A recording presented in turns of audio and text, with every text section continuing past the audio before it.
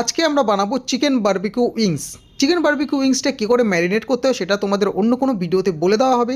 আজকের শুধু তার রেসিপিটা দেখে নাও। উইংসটা একদিকে ফ্রাই হচ্ছে আর আমরা অপর দিকে কড়াইতে তেল গরম করে ginger garlic chop, green chilli chop এবং স্যালাডে লিফ চপ করে দিয়ে দেবো এবং সুন্দর করে ফ্রাই করে নেব। কিছুক্ষণ ফ্রাই করে নেওয়ার পরে আমরা এতে অনিয়ন চপ করে দিয়ে দেবো এবং সুন্দর করে ফ্রাই করার পরে এতে আমরা হ্যান্ডমেড চিলি পেস্ট অ্যাড করব।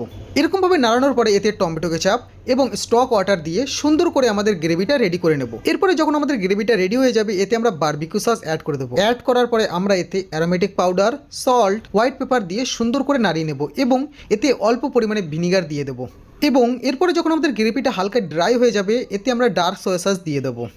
এরকমভাবে সস দিয়ে সুন্দরভাবে নাড়ানোর পরে এতে আমরা ফ্রেশ পাসলে দিয়ে আর একবার ভালো করে নাড়িয়ে নেব এবং এরপরে এতে আমাদের যে ফ্রাই করে রাখা উইংসটা ছিল সেটাকে দিয়ে দেবো।